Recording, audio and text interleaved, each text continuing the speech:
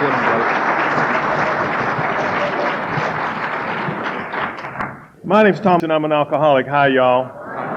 I currently am so excited and nervous that I'm going to just have to jump around a little bit. I almost fell off a rostrum one time, but I'm hyper anyway, and right now I'm so charged up. I'm just excited about being alive. I'm excited about being sober, and I'm excited about being a member of Alcoholics Anonymous, and I want to share that with you whether you want to hear it or not.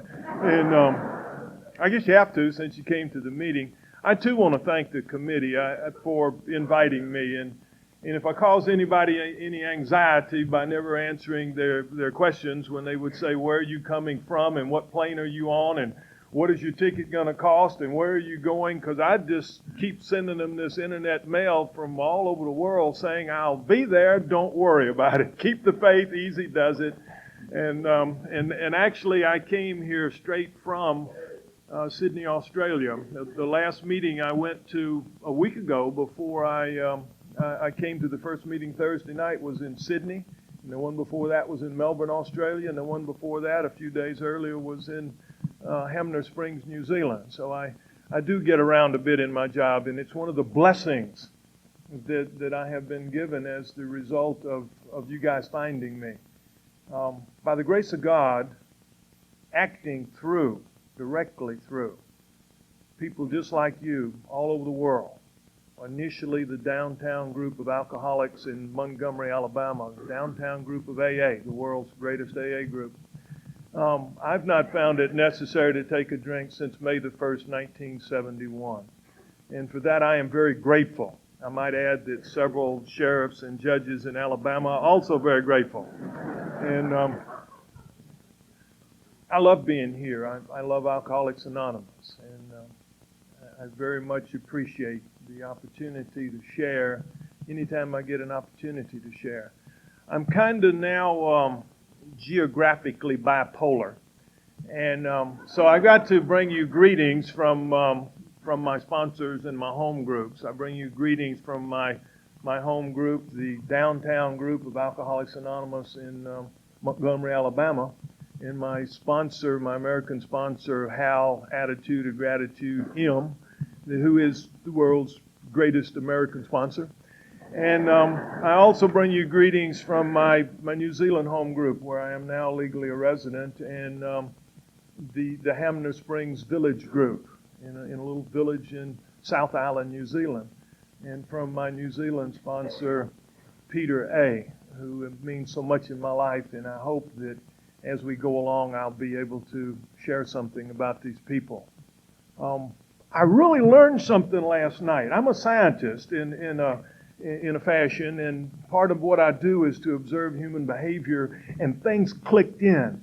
And I had already been having some theories along this line because I had heard it so much, but Martha and then Larry and Gary all reminded me about ashtrays. And it clicked in. I know what alcoholism is now. It's an ashtray cleaning deficiency. And if you clean enough ashtrays, it fixes it. Because I cleaned ashtrays too. Martha and Gary also started this Southern Baptist business, which reminded me of something. By the way, I are one too. And but what it reminded me of was how the church is changing and getting much more liberal, and I hear that some of the Jewish people are eating pork now, and some of the Catholics are eating meat on Friday, and the Baptists are drinking in front of each other. Now,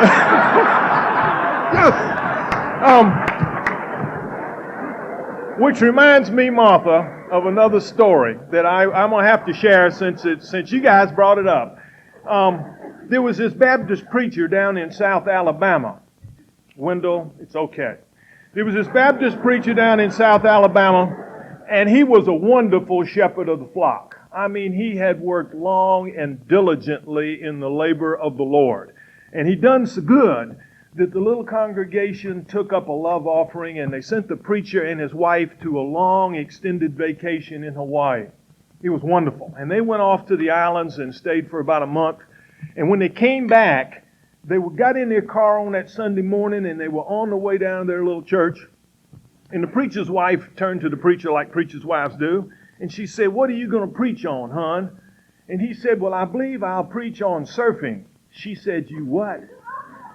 He said, "I believe I'll preach on surfing." She says, "That's crazy." He said, "No, while we were in the islands having that fun sitting on the beach, I observed the young people with their beautiful athletic bodies that the Lord had given them. And I noticed the balance and the beauty as they rode the boards, balance between the grandeur of the waves and the majesty of the blue sky with the puffy clouds placed by the hand of God. And I'm going to preach on surfing." She said, "That's crazy. You can't do that." And so they got in front of the church, and the preacher's wife said, "If you're going to preach on surfing and embarrass me, I'm going to sit right here." And there she sat. Well, he went on in and got in the back room doing whatever they do in the back room before they come out in the front room and do it to us. And he said to himself, "Self, maybe that good woman is right. Maybe I ought not preach on surfing." And he looked in his file drawer, and way in the back was an old yellowed, moth-eaten, raggedy, dog-eared Baptist sermon on sex. And he looked through it. And he strode into the pulpit. I mean, he turned up, turned on, turned around, anointed on fire. He preached the doggonedest Baptist sermon on sex that you ever heard. And it was just wonderful. The little old ladies were clapping. The deacons were ducking down. I mean, it was amazing. And when the service was over, everybody just bawled out of the front door of that little white frame Baptist church. And a couple of the little old ladies that were oohing and ahhing, they saw the preacher's wife. And they just ran over to her and they said, "Ooh, it was the most wonderful sermon your husband ever preached." She looked up at him. She said, "I can't understand that. It's a subject he don't know anything about." She said he only done it 2 times, once before we were married and once after we were married. And he fell off both times. Yes, I love it. Now, that story doesn't have anything to do with anything, but it does show a complete and utter breakdown in communications. And we've got just a few minutes now rounding up this wonderful conference, and I hope to communicate a few simple spiritual truths that have saved my life and have saved the lives of countless others before me and countless others that will follow after us. And for that, we are responsible. Well, before I start to talk, I want to say something.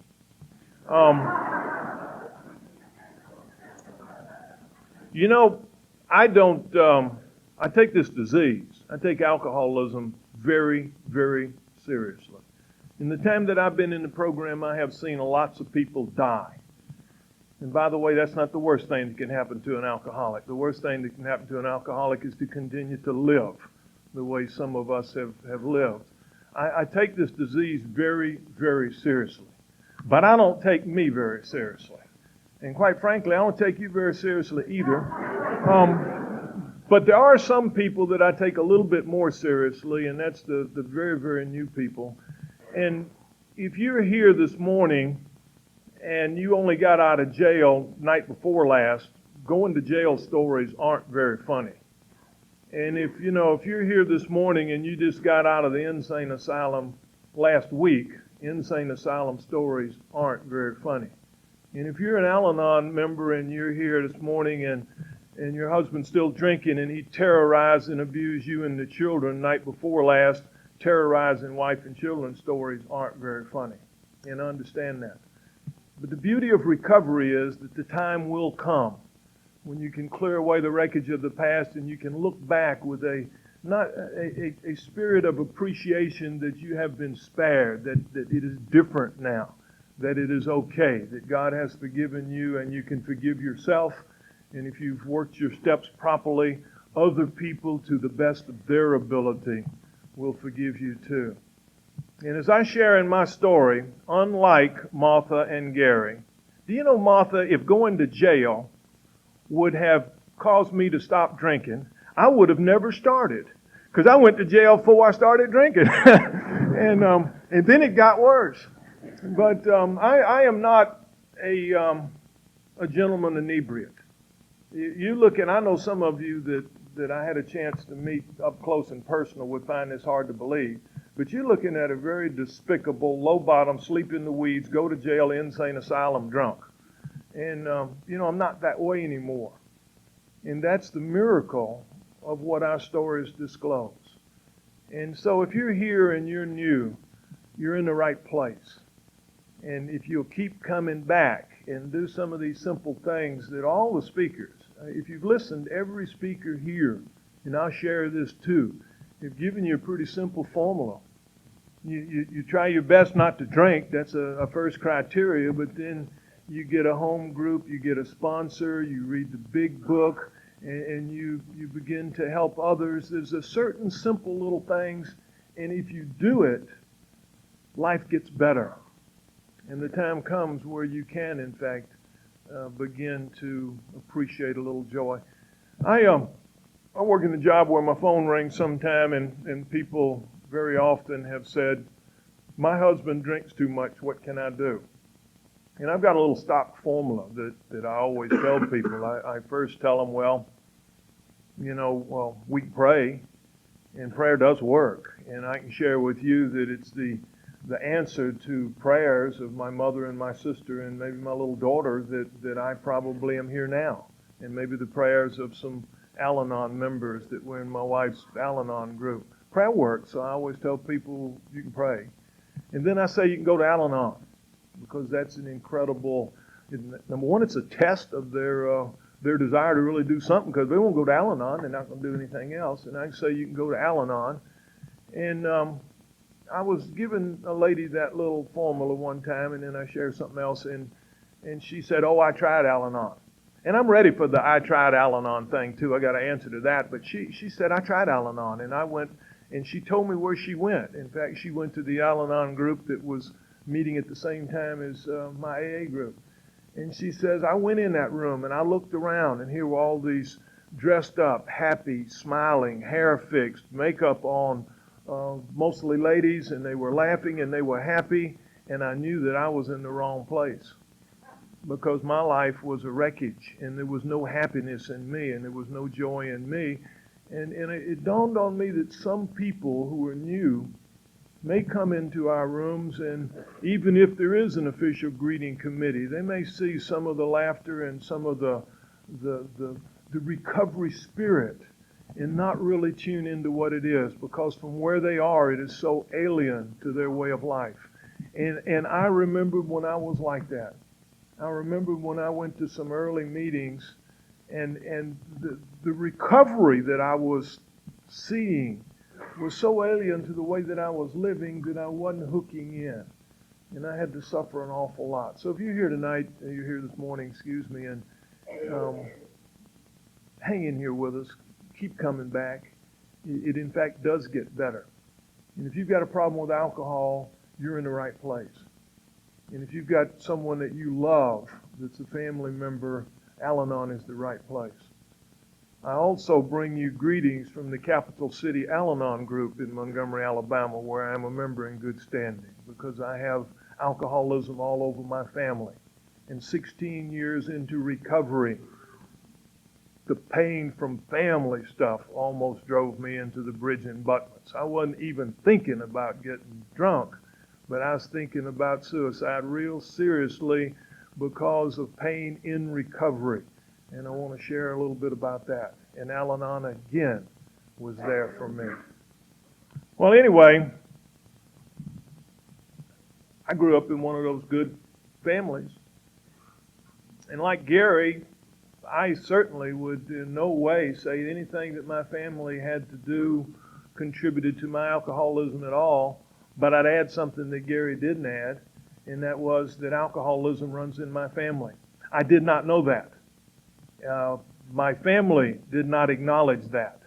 But there were uncles and there were aunts, my mother's brother, my mother's mother, and three of my grandmother's brothers, one of them that suicided. And it was just all over my mother's side of the family. And at the same time, there were lawyers and doctors and surgeons and judges and very accomplished people. And particularly my mother, as I grew up, could only see those. The ones with the manic depressive disorder, the ones with the depression and the alcoholism, we pretended like they didn't exist. And what I'm doing now and have done with my children, and I'll see my little daughter tonight on Father's Day in New York, I think, and I think little Courtney, who's here, I believe that I need to share both the good and the bad of the family with my children, because I know that they have my chromosomes and my genes, and I know that that really means something. But I grew up in this nice family, and let me share this with you. They imbued in me certain basic principles. Sometimes we laugh about the church, or the Southern Baptists in particular, being the great breeding ground of alcoholism. It might be. But I can also share that 3 of your speakers who gave you that background did it from a podium of recovery too. So maybe some of those same values that were programmed into me that I violated and went away from because of the disease were pretty handy when I was coming back into recovery. I believe that. And by the way, my sponsor told me when you get over 25 years, you can have an opinion. And and I do. But my family essentially programmed me, and not just my family, but the preacher at the Little White Frame Baptist Church, and the deacons and the little old ladies that I joke about, and my school principal. And they said I was supposed to grow up, something I've never done. And I was supposed to get a job with a large corporate structure, and I was supposed to rise unerringly to the top by sweat of brow and perseverance and longevity. And I was supposed to marry a pretty young lady, preferably from a wealthy family, an old wealthy family. And I was supposed to get a 3-bedroom brick and a 2-car garage and have 2 cars and 2 children and be a deacon in the Baptist church. Now that's good. That's good. They didn't... And I would probably say that I reared my children in recovery that way. But the only thing that kind of missed out was that I had something else. I had an alcoholism. Cunning, baffling, powerful, progressive, and terminal. That means it always gets worse, and it'll kill you if you don't do something about it. And I didn't do anything about it because I didn't know I had it. And at 17 years old, I went off to university, and let me tell you about university. Teeth, hair, blood, eyeballs, blunt instruments, guns, malicious destruction, and go to jail.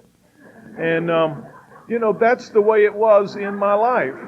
That was social drinking. That's when it was good. And I was summarily dismissed from Auburn University at the end of the first quarter. And I went back home, and I remember even now, I think Gary, maybe it was Eddie mentioned that the first time that he had a catastrophe, that he had all the classic symptoms of alcoholism, I did too. And I remember the guilt and the shame and the remorse, the self-condemnation and loathing that I had when I woke up in that jail that first time. Now, I didn't come from a go-to-jail family. Just didn't come from a go-to-jail family. My children came from a go-to-jail family. Alcoholism established that. Cunning, baffling, powerful, progressive, and terminal. And I got out of that jail, and that loathing and guilt and remorse and all of that lasted about as long as my hangover did. And I kept trying again. Because one of the things that was also programmed into me was that I was supposed to do the one thing in God's world that I cannot do, and that is drink with impunity. Dr. Silkworth's words. I can do about anything else I want to do in the land of the free and the home of the brave, and I was taught to do that, and I wasn't good at surrendering either. That word wasn't in my vocabulary, but the one thing that I cannot do is drink like a gentleman. I'll share with you my drink like a Southern gentleman story. My drink like a Southern gentleman was not sipping mint juleps on the veranda under the wisteria. My Southern gentleman drinking was like when you kick the door to a saloon open on payday and go in and get a fifth of blackjack, knock the top off, start drinking it back, grab some little blonde by her ponytail and drag her into the back room to give her a drink too. And, that's the way I drank. Teeth, hair, blood, eyeballs, blunt instruments, guns, malicious destruction. Every time I drank. And I got back on the track. I went to the University of Alabama. I learned something at the University of Alabama. It's called building up your system of enablers. It comes natural to young alcoholics. I learned that if I did very, very good things on the one hand, made straight A's, got in the ROTC, won awards, fired on rifle teams, helped little old ladies across the street, if I did those very, very good things, then when I inevitably did my very, very bad things, it would balance off. You know the great test for enablers? It's people that are always saying, but he has so much potential. I mean to tell you, when I was 18 years old, I could radiate potential all the way across a courtroom. Well, I went to Alabama and I done good, and then I teeth, hair, blood, eyeballs, blunt instruments, gun, malicious destruction, and the dean asked me not to come back to the University of Alabama, and the judge asked me not to come back to Tuscaloosa. Can you imagine that? And I didn't go back to Tuscaloosa, Alabama for almost exactly, it's been about 12 years. And when I did, I went in to do just what I'm doing right now, to speak at an AA meeting. And I went in after dark and left before daylight.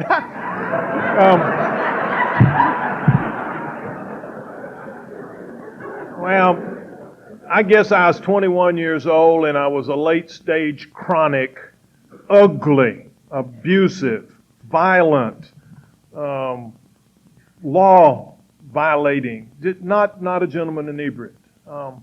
Although I tried to be. I mean, in my mind, that's what I wanted to be. There is a term that some old council of people use. It's called characterological conflict. That's when you violate yourself, when you want so badly to do right, and then you inevitably do wrong. My friend Paul, when he was writing to the group at Rome, if you're interested, you can check it out in that other big book in the 7th chapter of Romans. He has some beautiful language in there. He says, "For I do not understand myself at all. The things that I would do, I do not. The things that I would not do, I do. O wretched and pitiful man that I am, who will set me free?" And that's the way I felt, because I knew that I wasn't doing what I wanted to do. I knew that I was doing what I really didn't want to do. I was not living the life that I wanted to live.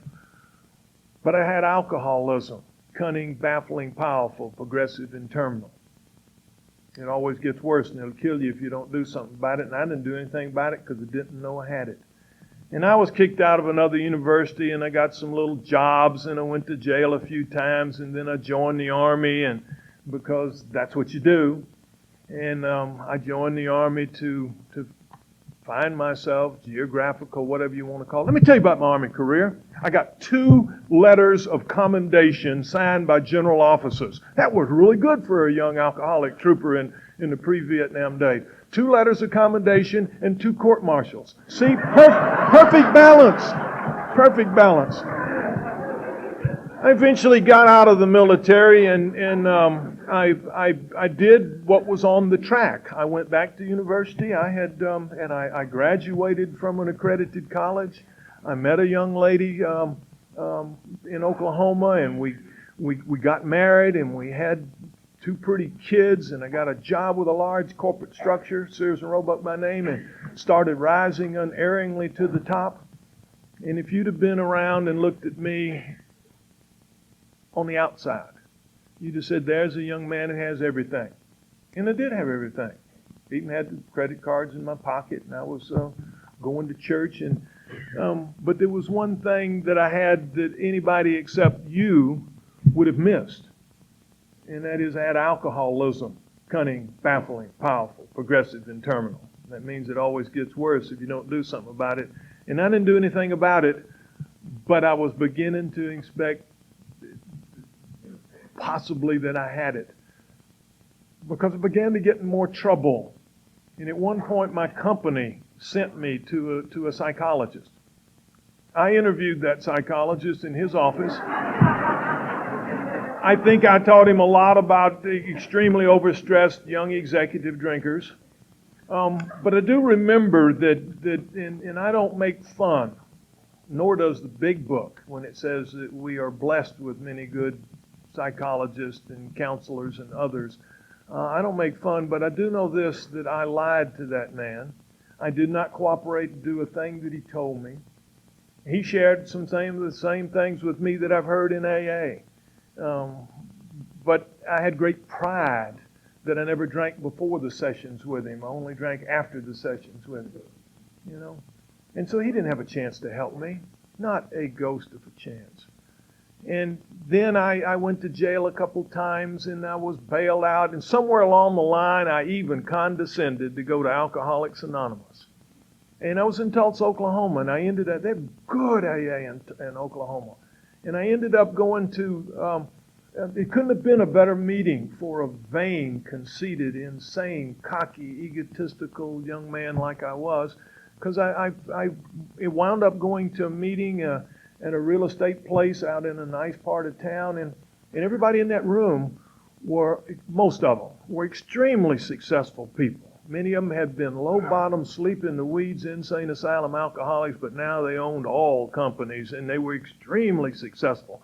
And I identified with their success, but I didn't identify with their illness. And I sat back with my academic education that I was getting, and I said to myself, self, isn't this wonderful, informal, non-directive group therapy that these people are receiving, and you can tell they really need it? You know, and if I ever get that bad, maybe I'll come back. And then I drank after the meetings. I never drank before the meetings. Share this with me. I one long weekend, I think it was a Memorial Day. A lot of after this gets very cloudy in my mind. I have a bit of brain damage, and I used to laugh about that. Everybody in AA says, oh, brain damage, ho, ho, ho. Until my wife was finishing her doctorate in clinical psychology, and one day she said, will you help me do something? And I said, sure. And she pulled out this little kit and started asking me these questions and repeating numbers backwards and putting little puzzles together. And I sat down in my own chair in my own living room there, and a little while later she said, you do? And I said, I do what? She says, you do have brain damage. And in fact of the matter is, I do. I have learned to compensate with it, but my short-term memory, I couldn't remember how to get up to this podium unless I would write down a note or something. It's just not there. But I can share with you in recovery that you can learn to compensate with just about any kind of handicap that you might end up with. And mine's brain damage, and it was Memorial Day, probably in 1968. 3-day holidays were really hard for me. I could almost do a 2-day weekend and get to work on Monday. But a 3-day weekend, not a chance. And I had these 2 beautiful children. This is Father's Day, and I love children. You know, Courtney's been a real blessing to me this weekend.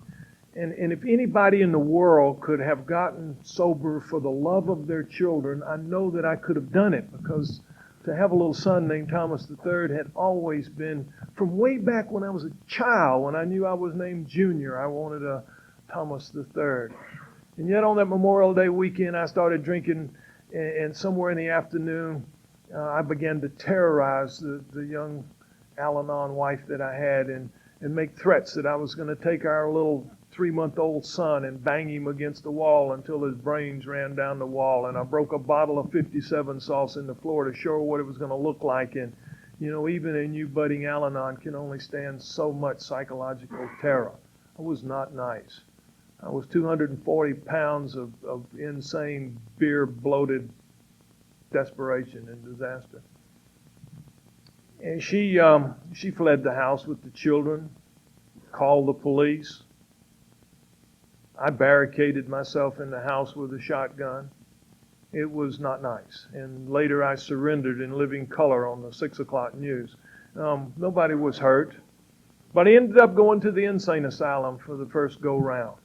And when I went in there, and I can share this now, I was about 26 years old, and when you get to the lockup ward at the insane asylum, it is an extreme increase in your lifestyle if you were coming from the isolation cell in the county jail. I sat in that isolation cell and watched real live FBI bank robbers walking up and down the hall getting exercise. But since I had problems with my mental, they kept me in isolation in a little box. And when I got to that insane asylum later, I graduated from the lockup ward to an open ward that they called an AA ward. Now, we know there's not such a thing, but they didn't know. And I went over there, and may I say now that institutional work has been so important to me. My first sponsor, Big Tom, the world's greatest sponsor, God's love in action. Big Tom was the outside sponsor for the Pen Pal group at the local prison nearby, and we went up there every other Wednesday night for 16 years. Would not have missed it. And I was in that insane asylum, and the Veneta group brought the message in there. And somewhere along the line, I was even elected head drunk after about a month. And they let me introduce the speakers that came in. And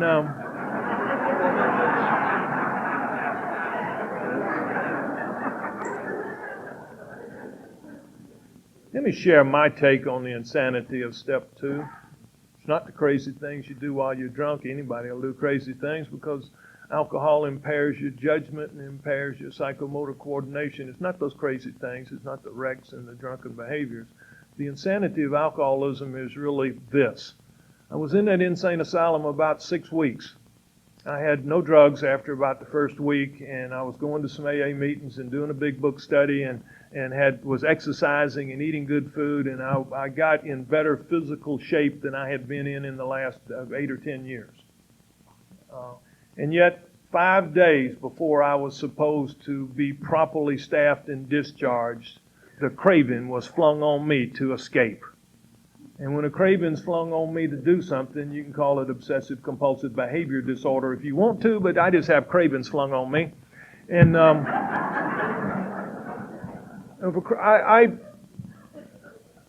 I had the craving flung on me to escape. 1 week later, and I could have been properly discharged and had my rights returned because I was court committed. I went in that insane asylum, and really nobody, including myself, thought that I'd come out. I escaped from that insane asylum, immediately got drunk, kidnapped my infant son, fled across state lines, became a fugitive from justice, and then life got bad. You know, sharing the family illness that the big book established long before the professionals did. After I surrendered and went back and was properly discharged, the family moved from Oklahoma with me to Alabama, and then things got bad. I got a job teaching school because my sister was the assistant superintendent of education and my cousin was the superintendent, and they hired me and put me in a school as an English and literature teacher in an all-black little country high school, the one that had been the all-white little country high school when I went there years before. And I really tried because I love children. And I like teaching. I'm a teacher now. And yet alcoholism got worse. And I reached that point where I was 100% completely, absolutely miserable when I was drinking because it quit working. And I was 100% completely, absolutely miserable when I wasn't drinking. And that kind of left me one place to go, and that's called passed out. And there is a major logistical problem with passed out. It's called come to. And I always came to, and it was always worse. And here's where I put in a little commercial for enablers. Sometimes enablers have gotten bad raps in our halls, but let me tell you this, enablers time after time kept me from dying. Because I would retreat into a room with a half-a-gallon bottle of I.W. Harper and some guns, and I would have no intention whatsoever of coming out of that room. And some enablers would pick the lock or break it down later and haul me away on a litter or something to a hospital to be detoxed and to have a chance to breathe again. Share this with me. 26 and a little more years ago, some Al-Anons with my wife took me to a new hospital. I'd been in lots of hospitals. I had made there were no treatment programs in those days. There were none. Actually, the earliest one started at about that same time. But there were insane asylums, and there were hospitals, and there were jitter joints, and there were drying out places, and I've been in all of them. I had had formaldehyde and everything you can think of. But some Al-Anons picked me up right before Christmas, during the holidays. I had been drunk as a dog at an Al-Anon Christmas party. And somewhere between the Al-Anon Christmas party and Christmas, some Al-Anons and my wife took me to a new little hospital. It was a little hospital in Tuskegee, Alabama. I love to share this story here. They don't understand when I share this in a foreign land, but some of you, most of you may understand this.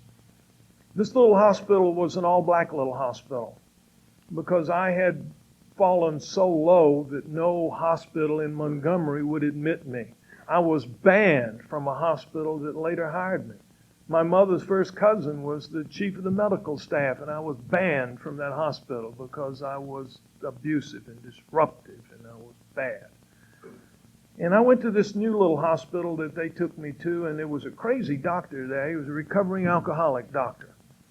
And first thing, he didn't believe in giving you a lot of drugs to slowly, cruise into sobriety. He thought you ought to shake and sweat just a little bit, and I did.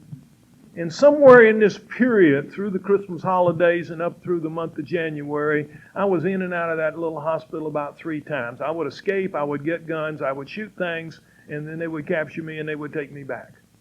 My uncle would capture me because I have an uncle that was able to deal with me even in the height of my insanity. I don't understand that. I do understand that 10 years later I was able to 12-step that same uncle, and he now has 16 years sober. I understand that. Share this with me. The 3rd day of the 3rd hospitalization, and I was in there, and everything in my life was gone. All of the dreams, all of the happinesses, all of the aspirations, whatever shred of self-respect and motivation, it was gone. It was gone. My dad came to see me in that hospital, and that was moderately unusual. My dad was a beautiful, mature, loving, educated Christian man, a retired, decorated combat colonel. He had been through Harvard graduate school. He was a banker after he retired. He was a very, very fine man. But he had seen what his son had done. And we had absolutely no relationship at that point. But he came to see me, and he looked down at this quivering wreckage of a person. God loves you, God loves you even if you don't want him to. And I looked up at that man, and he looked down at me, and he said, "Son, I've got some bad news for you." I almost laughed. How could I have any bad news? My car was wrecked and being repossessed. I was way behind on the house payments. I hadn't worked in 6 months. My own sister and first cousin came to me embarrassed, saying, "Tom, we cannot renew your contract to teach school in Lowndes County. You're an embarrassment to the school system and your students and to your family." And I was in and out of that, and I was laying there quivering, drunk, despondent. Only you know. He looked down at me and he said, "Son, your wife's taken the children and gone home to Oklahoma and probably won't be back." And whatever was left of the shred of humanity in me was just pierced because I love those children. I love those children so much. And for the first time, I could see some pain in somebody else's eyes because I saw the pain in his eyes.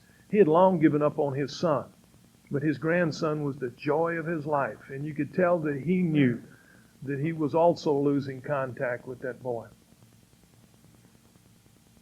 And he said, "Son," and he never went to an Al-Anon meeting, but he read that other big book extensively. He said, "Son, I love you because you're my son, but I don't like you, and I can't help you." And he did one of his about faces and left. I followed him to the door of that little black country hospital in Tuskegee, Alabama. And I looked out of the door as he walked and got in his car, and there was a big lake down there. It was a water supply for the little community. And whatever spark of humanity that was still left in me said, "Tom, just go ahead and go down there and drown yourself and get the burden that you are out from around the neck of the few people that still love you. You are destroying the lives of your children." And with the proper motivation, that kind of motivation, many alcoholics do complete suicide. It's usually in the 3rd or 4th day of coming back alive, when the desperation and despondency and the black cloud of chronic alcoholism engulfs a person. and becomes a complete barrier between them and the love of God that is always there. Share this with me. I stood at that door, and I looked at that lake, and the thought just came into my mind, Tom, before you do this thing, by the way, not don't do it, but before you do this thing, you might ought to touch base with a Baptist minister. And I went to the phone book in Tuskegee, Alabama, and I looked in it, and there were two Baptist churches. And I knew one of them was the White Baptist Church, and one of them was the Black Baptist Church. And I was raised so prejudiced and so vain and so conceited that even despondent and suicidal, I was darned if I was going to call the Black Baptist preacher to save my soul before I committed suicide. And I was too proud to go ask the nurses and the attendants which one was which. Share this with me. Share this with me. I opened the door for a man to walk in, and he went on down the hall. And a little old black lady sitting right over there knitting looked me dead in the eye and said, "Isn't that Reverend Butler, the Baptist minister?" Share this with me. I said, "I don't know, lady, but I'm going to find out." And I walked down the hall and waited outside of that room, and indeed it was Reverend Butler, a beautiful Christian man. And we prayed together that morning, and something went away. And before Reverend Butler went away, here came that recovering alcoholic doctor. He didn't come that time of the day, but he said he was riding around. He just thought he'd come check on me. And Carl and I shared, and something went away. And before Carl went away, here came George and Clara B. from the Tuskegee AA group. Said they was just riding around, and they thought they might come by and check and see how I was doing. And before George and Clara left, something went away. And before they left, the phone rang, and it was Buddy, a then 28-year-old recovering member of the Tuskegee group.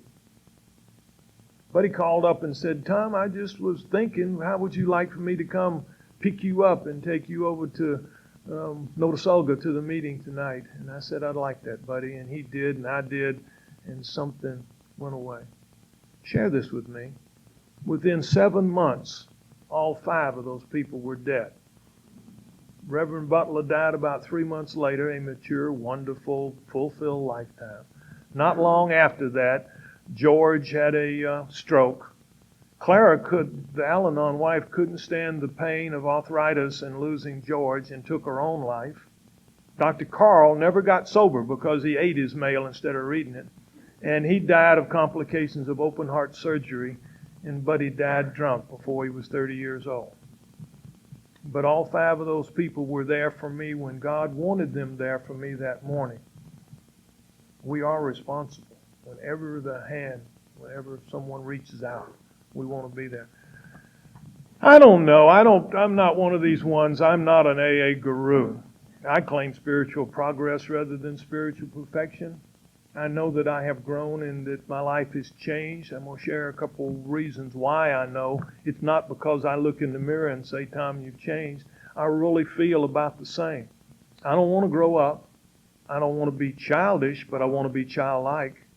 The Master said, "Except you become as little children." Little children have joy. You know, I walk out of my house some mornings in Hamner Springs, New Zealand, and I look over at those snow-covered mountains and the sunrise, and it says, "Wow."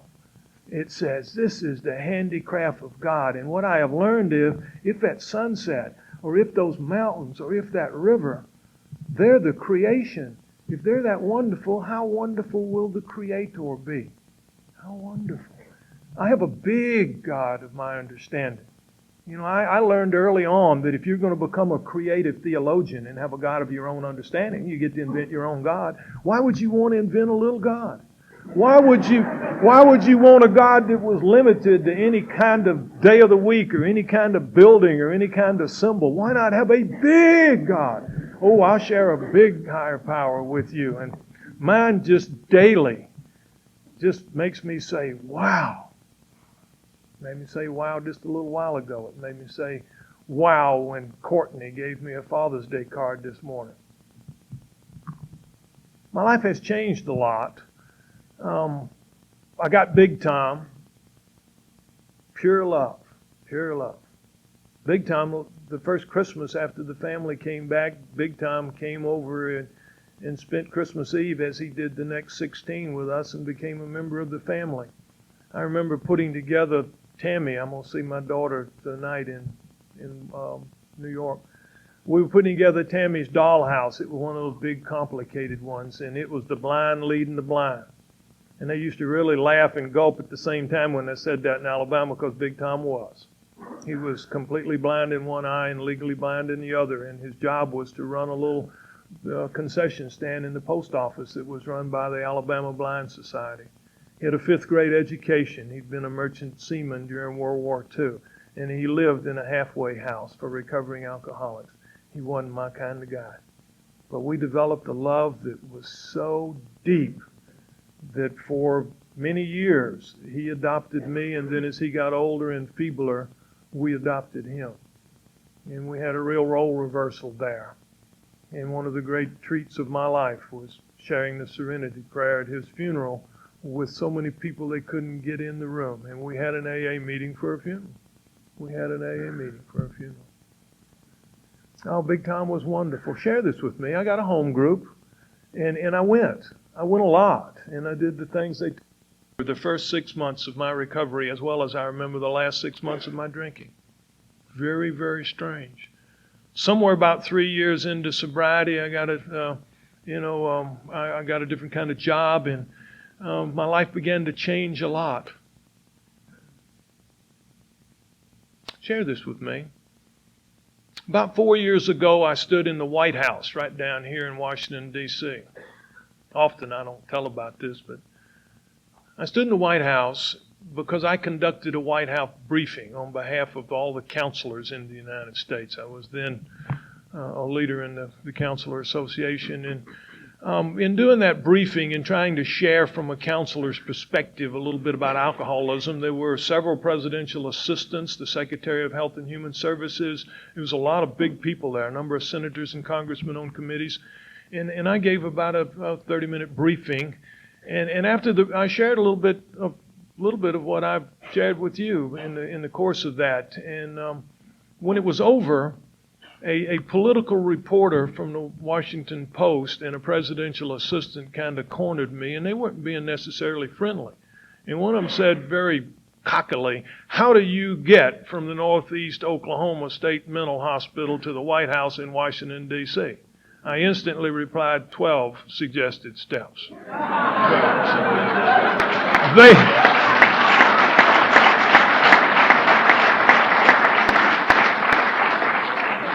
They didn't understand. Let me take about 5 more minutes and share some joy and some pain with you. After 21 years of marriage, my first marriage to the children's mother collapsed. There's a lot of reason for it. I take most of the blame. One of the sad things were that for a long time there, I was sober about 16 years by then, and I was kind of Mr. AA in Montgomery. At least I was doing a lot of committees and in-service work and institutional work and introducing speakers and chairing conventions and all the stuff you're supposed to do to stay sober. But I was phony.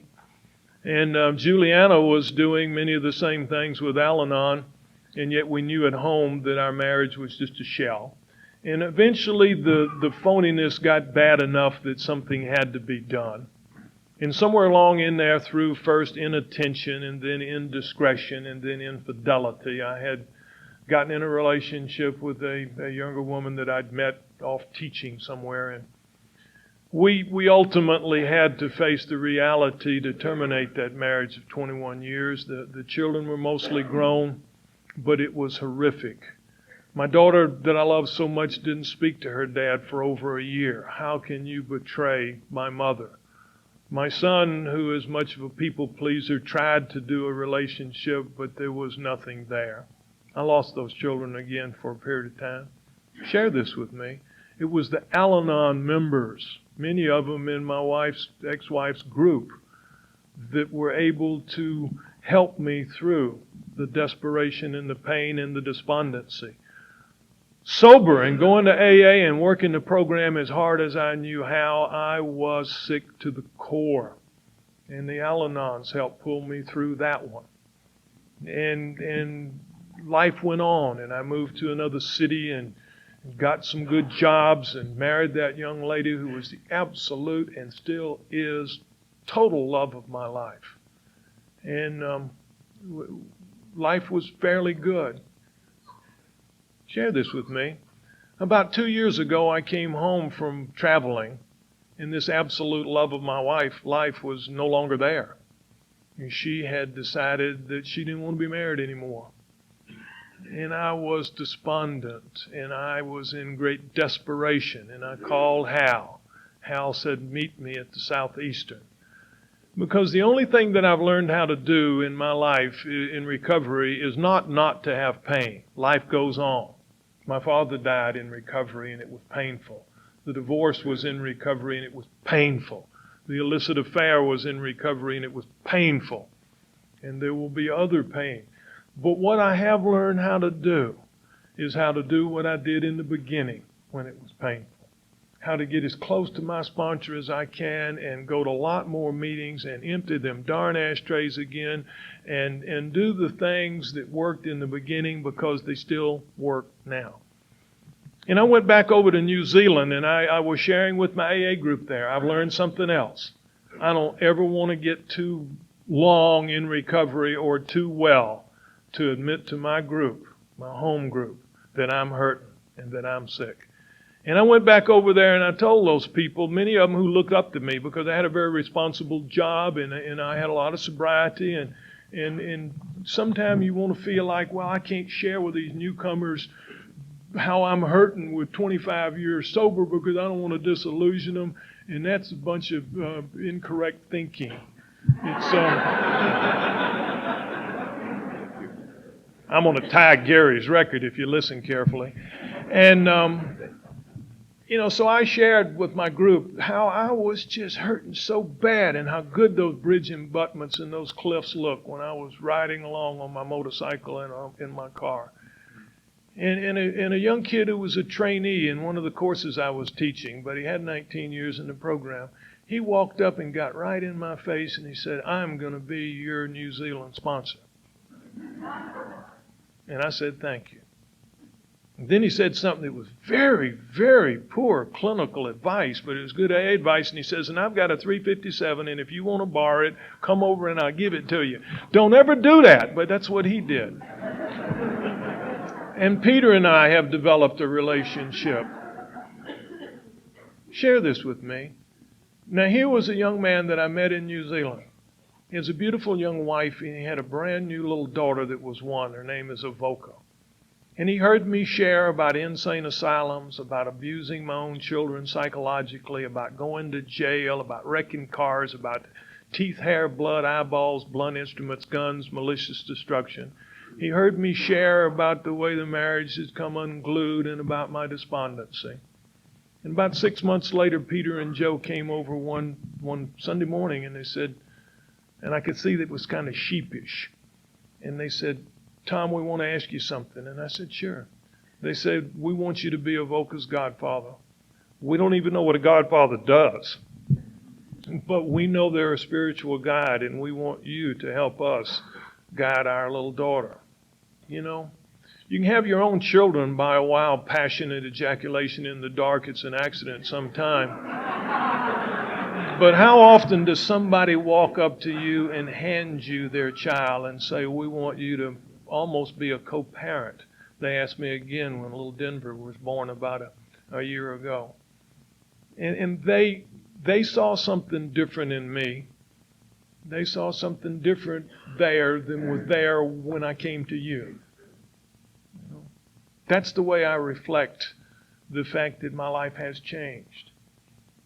And if you're here this morning and you're new, all I share is a miracle. How it was, what happened, and how it is now.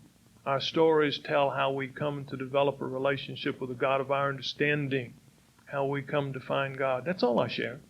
I take little credit for it. Yes, I did what I was instructed to do, but I take no real credit for doing it. And I will share with you, as my sponsor would talk about, an attitude of gratitude, that you should be just so darn grateful that we're here this morning, because think of the ones that aren't. Even if you are rocky or you're new or you're hurting, how blessed we are just to be here, to be picked and chosen, because some aren't. Some aren't. I don't understand that. Well, I love being with you. I love sharing my experience, strength, and hope in my big higher power, because God loves you whether you want Him to or not. When you get home tomorrow, we're back in the real world. Somebody like a wife might ask you to empty the trash or mow the lawn or wash the dishes. A boss might reject your best memo. The bank might turn down your loan. You know, it's back into real life. Maybe something worse will happen. What I can do is share with you my little attitude of gratitude thing, and I don't care how bad it gets.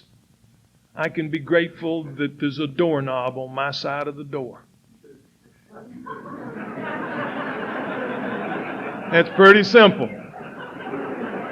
And I'll also share this story with you. When the Master walked the rocky shores of the Sea of Galilee 2,000 years ago, I've been blessed to walk those rocky shores. When the Master walked the rocky shores, there were people then who did not understand Him or His message, as there are people now who do not understand us or our message. There was, in fact, a pretty good guy named John. Thought of that because of his last name was Baptist. Middle name was John the Baptist.